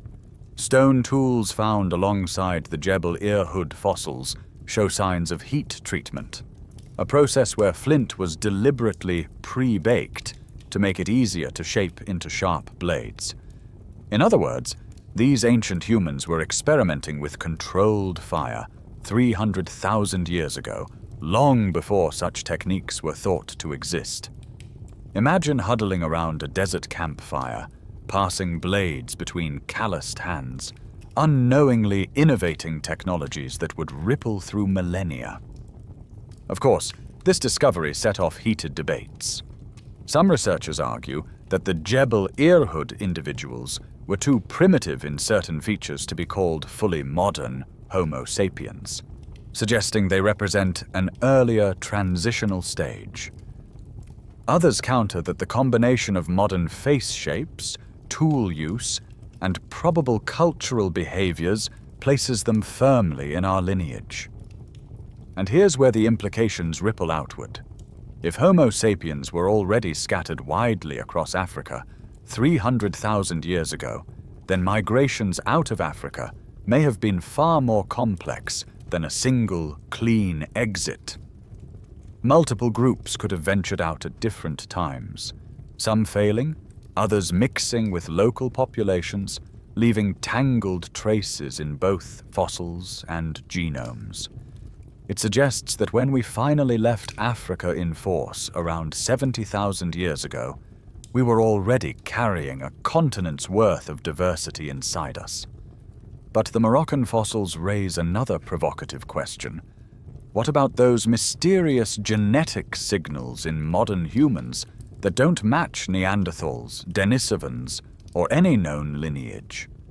Some scientists believe they represent encounters with archaic African populations we've never discovered. Ghost lineages within Africa itself, quietly influencing our DNA for hundreds of thousands of years. If true, then the complexity of our origins doesn't just span continents. It deepens within Africa's very soil.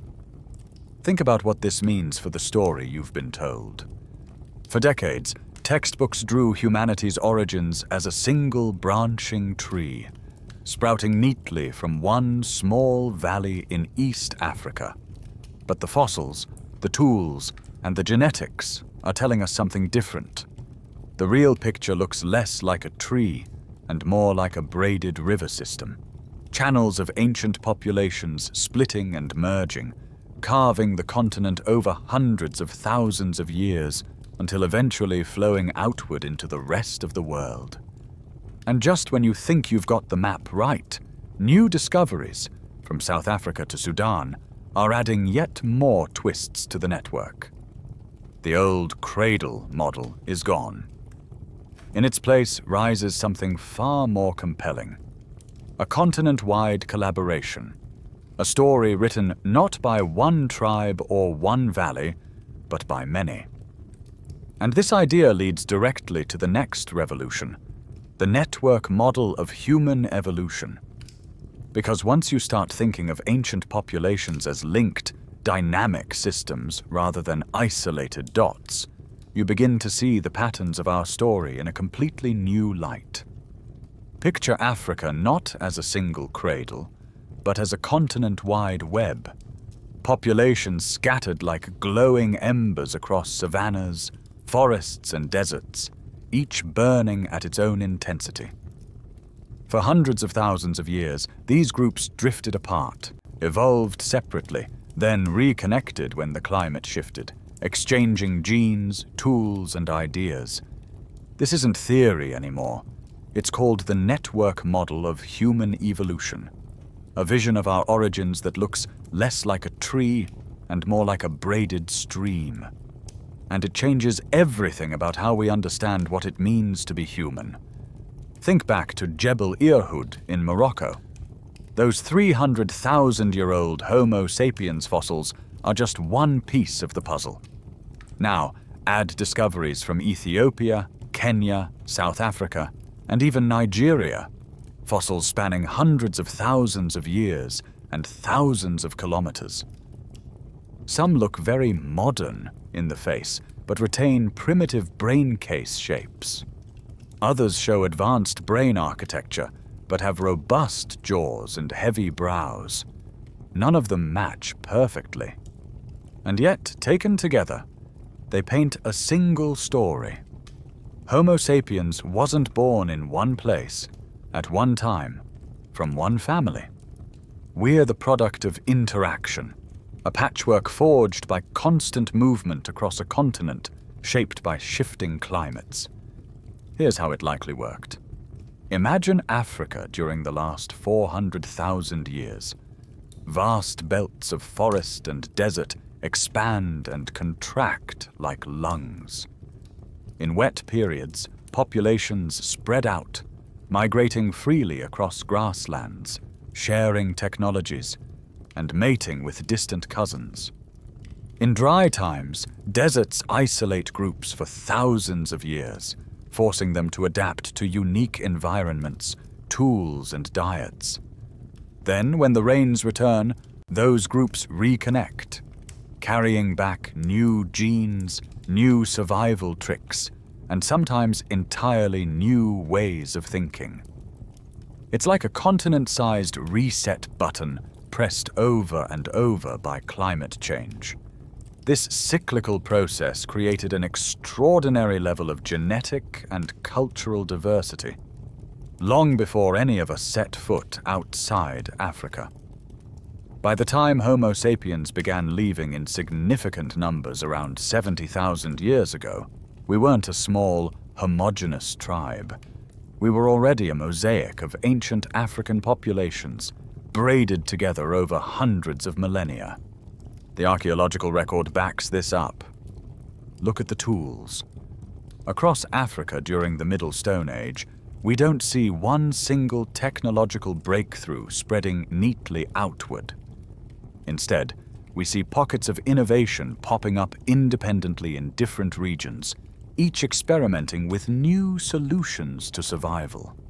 In South Africa's Blombos Cave, around 75,000 years ago, people carved geometric engravings into ochre blocks, some of the earliest known examples of symbolic art. In Kenya's Ologasili Basin, around 300,000 years ago, archaeologists discovered obsidian tools made from stone, sourced more than 100 kilometers away, proof of early long-distance trade networks. At Morocco's Jebel Irhoud site, humans were heat-treating flint 300,000 years ago to produce sharper blades. None of these breakthroughs happened in one place or spread instantly. They arose everywhere, spontaneously across the continent, then blended together as populations reconnected. This is why scientists now call Homo sapiens an interconnected species from the start. We didn't evolve in isolation. From our earliest days, we were collaborators, borrowing ideas and exchanging genes in a shared, dynamic network. And here's a quirky tidbit. Genetic studies suggest that around 200,000 years ago, early humans in southern Africa developed traits that made sweating more efficient, a literal high-performance cooling system that gave them an advantage in open, hot environments. Yet populations in wetter central forests evolved different metabolic strategies suited to humidity and shade. These separate adaptations later combined as populations mixed, giving modern humans a wider survival toolkit than any single group alone could have developed. Evolution wasn't building one perfect human. It was running parallel experiments and then merging the results. But this interconnectedness also complicates the classic out of Africa narrative. If Homo sapiens emerged as a braided network rather than a singular tribe, then the big migration out of Africa wasn't a clean split. It was just one branch flowing outward from an already tangled river. And this changes how we interpret the genetics of modern populations. Scientists used to assume that the 1 to 4% Neanderthal DNA in non-Africans came from a single moment of contact around 60,000 years ago. But the network model hints that things were messier. Different migrating groups may have mixed with Neanderthals and Denisovans at different times and places, carrying different fragments of archaic DNA into distinct populations. It wasn't one meeting. It was dozens, hundreds maybe. Naturally, scientists still argue fiercely over the details. Some researchers embrace the network model fully, seeing Homo sapiens as the culmination of thousands of micro-migrations and interbreeding events spanning 500,000 years. Others caution against going too far, insisting there still must have been a central core population somewhere, perhaps in East Africa, driving the key traits we recognize as modern. But most now agree on one thing. Our species didn't begin as a single spark in one valley. We're the outcome of many sparks scattered across Africa, lighting, dimming, and rekindling each other over deep time. And here's the profound implication. If Homo sapiens evolved as a networked species, sharing genes and ideas across vast distances, it explains something extraordinary about us: our adaptability. By the time our ancestors finally left Africa in significant waves, they were carrying a continent's worth of genetic diversity and problem-solving strategies. That hybrid vigor helped us thrive everywhere we went, from Himalayan peaks to Arctic tundras to volcanic islands crawling with Komodo dragons. We weren't just one people leaving Africa. We were all of Africa walking out together. And yet, as we venture outward into Eurasia, the story only gets messier. Because if the network model explains our African origins, it also forces us to rethink what happened next. When we encountered Neanderthals, Denisovans, and other ancient relatives along the way. The truth isn't replacement. It isn't isolation. It's something far stranger. It's what scientists now call leaky replacement. And it changes the entire narrative. The air is heavy with heat and dust as you stand on the edge of the Arabian Peninsula, looking north across the endless deserts and south toward the faint shimmer of the Red Sea. Behind you lies Africa, cradle of countless human experiments. Ahead, Eurasia sprawls, lands filled with unknown rivers, forests, and, more importantly, neighbors. This is where our ancestors began their greatest migration. But thanks to everything we've uncovered so far, we now know this wasn't a heroic solo act. It wasn't even a clean break. It was messy, full of collisions and crossovers, a journey written in tangled lines rather than neat arrows. Scientists now call this model leaky replacement, a theory that redefines not just when we left Africa, but who we became when we did. Here's the old story, the one you were taught in school. Around 70,000 years ago, a small, isolated population of Homo sapiens left East Africa. They marched steadily into Eurasia, outcompeted everyone they met, and replaced all archaic populations without a trace. Simple, clean, linear, but that story is dead. The new evidence, fossils, tools, and ancient DNA, tells us something else entirely. Yes, there was a major migration of Homo sapiens out of Africa. That part still holds. But instead of erasing the humans they encountered, our ancestors absorbed them. They didn't just replace Neanderthals, Denisovans, and others. They merged with them. Those fragments of ancient genomes aren't evolutionary leftovers. They're proof that humanity succeeded because we're not one thing. We're many things, braided together. Here's what makes leaky replacement so revolutionary. When Homo sapiens expanded outward, they didn't carry a pure genetic package from a single African cradle. They carried the diversity of an entire continent, traits honed in deserts, forests, and savannas. And as they spread, they layered that diversity with new genes from other human lineages. Imagine your DNA as a palimpsest, written and rewritten over thousands of generations. In every cell, you carry traces of Neanderthals from Europe, Denisovans from Asia, and countless ghost populations we haven't even identified yet. We didn't conquer the world because we were separate from other humans. We succeeded because we were porous, because we kept borrowing, blending, and evolving together. And just when you think you've wrapped your head around that, we get another twist. Arabia.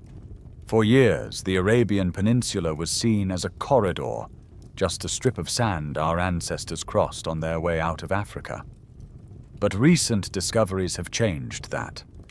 In places like Al-Wusta and Juba, archaeologists have found ancient lake beds, stone tools, and fossilized human remains stretching back over 100,000 years.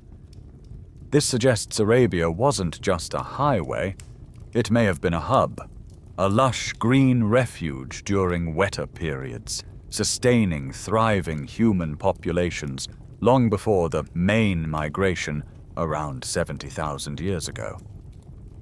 Some scientists now propose an out-of-Arabia hypothesis, where populations living here launched later waves into Eurasia.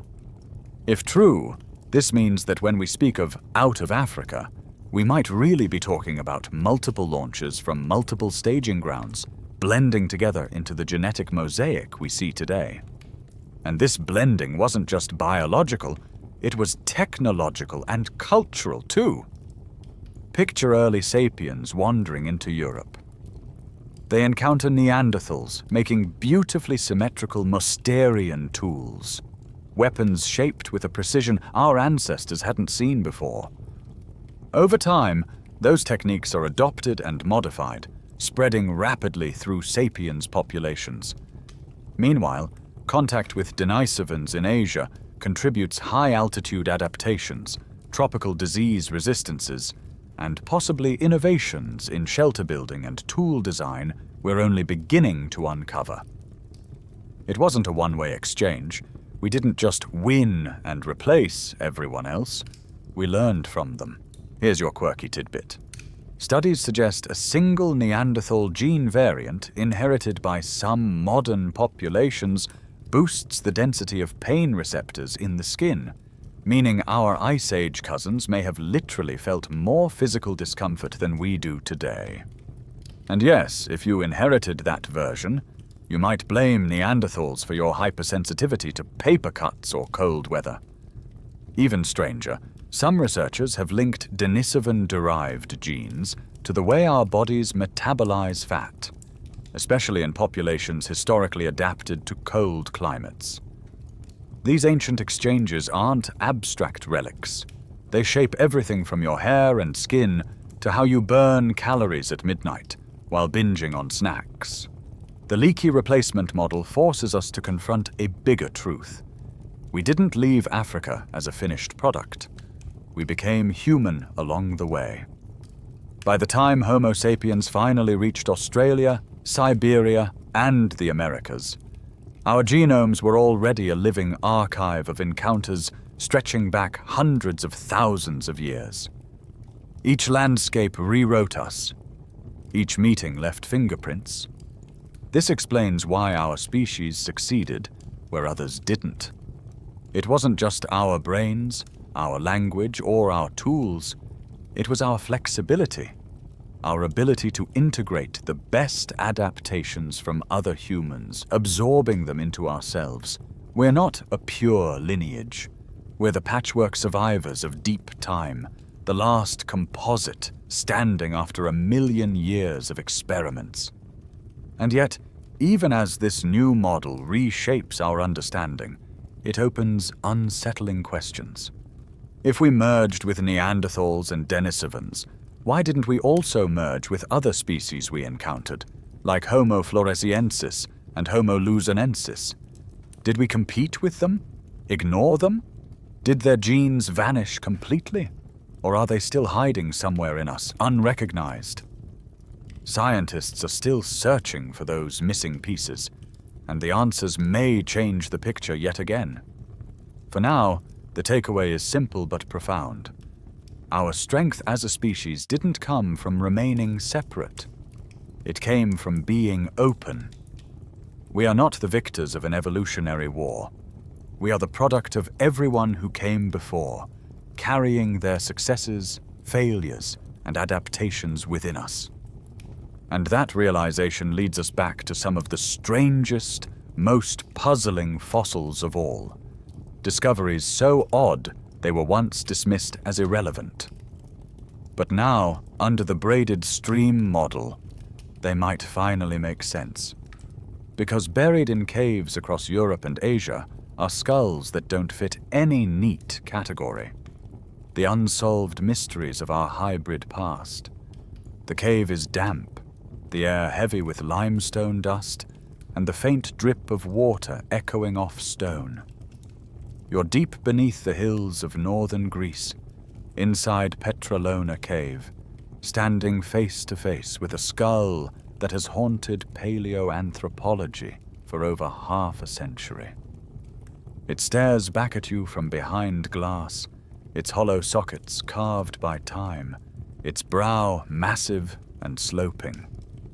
Found in 1959, this fossil, known simply as the Petralona skull, is dated to roughly 700,000 to 100,000 years ago. And for decades, it's been a thorn in the side of the clean, elegant, out-of-Africa narrative. Because according to the old model, it shouldn't exist at all.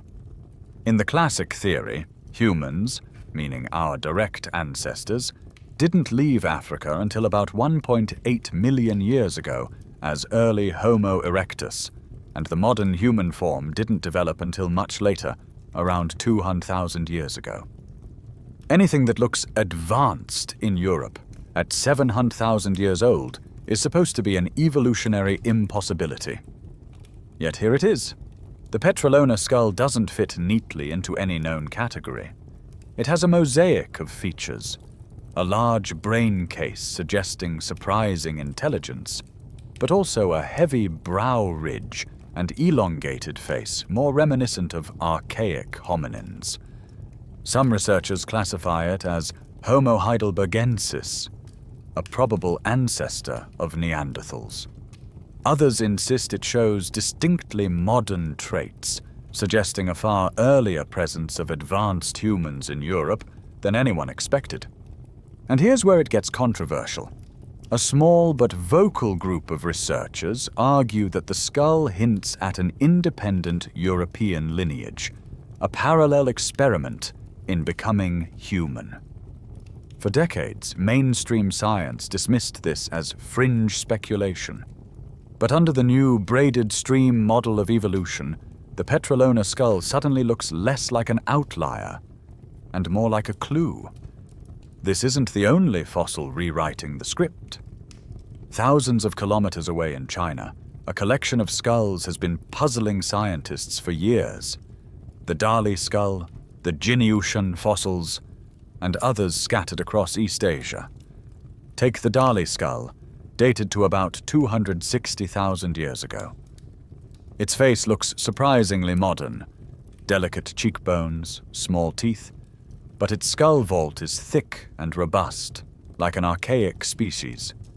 For decades it sat awkwardly on the shelf between categories, neither fully Neanderthal nor fully Homo sapiens. Then there's Jinyushan, roughly 200,000 years old, with a cranial capacity on par with modern humans, yet with archaic body proportions better suited for cold climates.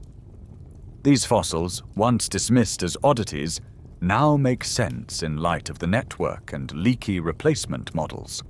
They may represent populations that were blending traits from multiple lineages, shaped by waves of contact and interbreeding we're only beginning to map. And here's your quirky tidbit. Recent genetic analysis suggests that some modern East Asian populations carry fragments of Denisovan DNA that are absent in Melanesians, implying there were at least 2 separate interbreeding events with different Denisovan groups. In other words, even the ghost cousins weren't a single unified species. Denisovans themselves might have been as diverse and complex as we are today. This makes the hybrid picture even messier and more beautiful. The deeper scientists dig, the clearer it becomes. The human story isn't a straight line. It's layered. Populations moved, mixed, vanished, and re-emerged, carrying pieces of each other forward. In this view, Fossils like Petralona, Dali, and Jinnyaoshan aren't weird anomalies to be brushed aside. They're snapshots of ongoing experiments, moments where different human groups collided and created entirely new combinations of traits, some of which survive in us, and some of which are lost forever. Of course, debates still rage. Did these early Eurasian populations contribute directly to modern Homo sapiens, or were they eventually absorbed by later waves of migrants? Some scholars argue that any traces of their DNA have been swamped by more recent interbreeding events, leaving only their skeletal signatures behind. Others believe fragments of their legacy still live quietly inside us, hidden in the stretches of the genome scientists haven't fully decoded yet. This uncertainty is part of what makes the detective work so compelling. Every fossil, every genome, every chipped stone tool redraws the map. Picture our metaphorical detective's board now. The tidy evolutionary tree we once pinned up, clean branches radiating outward from a single African cradle, has been replaced by something wild and tangled. Strings crisscross the map, connecting caves, rivers, deserts, and mountains. Some threads run back 2 million years. Others spiral unpredictably, looping through Neanderthals, Denisovans, ghost populations, and Homo sapiens again and again. What emerges isn't a hierarchy, but a web, a deep-time tapestry woven from countless migrations and encounters. And yet, there's still one final startling twist left in this story. Because after hundreds of thousands of years of diversity, after a planet crowded with cousins, hybrids, and competing lineages, something unprecedented happens. By 40,000 years ago, the other humans are gone. The hobbits vanish. Luzon's tiny climbers disappear. Denisovans retreat into ghostly fragments. Neanderthals, too, fade into memory. Suddenly, for the first time in millions of years, the Earth belongs to a single human species. How did we end up as the last ones standing? The answer lies in the final realization. We're not separate from those who came before. We're what happens when all their stories converge into one. Imagine holding a mirror to your face. Behind your reflection, hidden deep in your cells, is a library written in many ancient hands. Every strand of DNA carries fragments of forgotten stories. Neanderthals, Denisovans, ghosts with no names, sapiens from far-flung African homelands. The simple tale we once believed, one small tribe leaving Africa and replacing all others, has dissolved under the weight of evidence. What emerges instead is something far more astonishing. We are the last humans standing, but we are not, and have never been, pure. For millions of years, this planet was home to many kinds of humans. In Africa, Eurasia, and the islands beyond, different species thrived, adapted to their landscapes, climates, and challenges. We shared the world with them, crossed paths with them, and sometimes lived alongside them. But then, somewhere around 40,000 years ago, the diversity began to collapse. Neanderthals vanish. Denisovans dissolve into genetic whispers. The hobbits of Flores and Luzon disappear. By 30,000 years ago, we are alone. The last survivors of a once crowded family tree. Why us? The answer isn't strength. It isn't intelligence alone. And it certainly isn't purity. Our survival came from connection. Every time Homo sapiens met another lineage, something remarkable happened. We blended, sometimes violently, sometimes peacefully, sometimes fleetingly. But we mixed. Fragments of their adaptations became ours. Their genes fortified our immune systems, altered our skin and hair, shaped how we respond to sunlight, altitude, and disease. This is why Tibetans today breathe easily where oxygen is thin, a gift from Denisovan ancestors. It's why Europeans and Asians carry Neanderthal immune variants that still shape our response to infections. Even our vulnerabilities, diabetes risks, blood clotting disorders, depression tendencies, are echoes of ancient survival strategies that no longer fit our modern lives. To be human is to be a mosaic. And yet, this realization forces us to confront a deeper question. Were we ever truly separate species at all? If sapiens, Neanderthals, Denisovans, and others could interbreed and produce fertile children repeatedly, then the tidy labels begin to blur. Perhaps we weren't distinct branches on a tree at all, but braided rivers of a single diverse genus, splitting and rejoining over deep time. The term species itself starts to feel clumsy, too rigid to describe what we've learned. Look around the world today, and you'll see the paradox clearly. On the surface, humans appear wildly different. Skin tones, facial features, body shapes, hair textures. Yet genetically, we are astonishingly uniform. Compared to most other mammals, we carry remarkably little variation. That paradox has a simple explanation. We are everyone who came before us, distilled into one lineage. We are hybrids built from countless experiments in survival, living proof of humanity's willingness to adapt, not just to environments, but to each other. And perhaps the most striking truth is this: our African origin isn't diminished by this discovery. It's enriched by it. Africa remains the root, the homeland where our story began. But the branches spread wide and tangled, meeting and rejoining until the notion of a pure sapiens becomes meaningless. Every migration carried echoes of Africa forward, blending them with the gifts of those already waiting beyond its shores. We did not replace the others. We absorbed them. This changes more than science. It changes perspective. For centuries, we've told ourselves a story of conquest, that Homo sapiens swept across the globe like a tidal wave, pushing aside lesser humans until we alone remained. But the evidence now whispers something quieter, gentler, and perhaps more profound. We survived because we shared.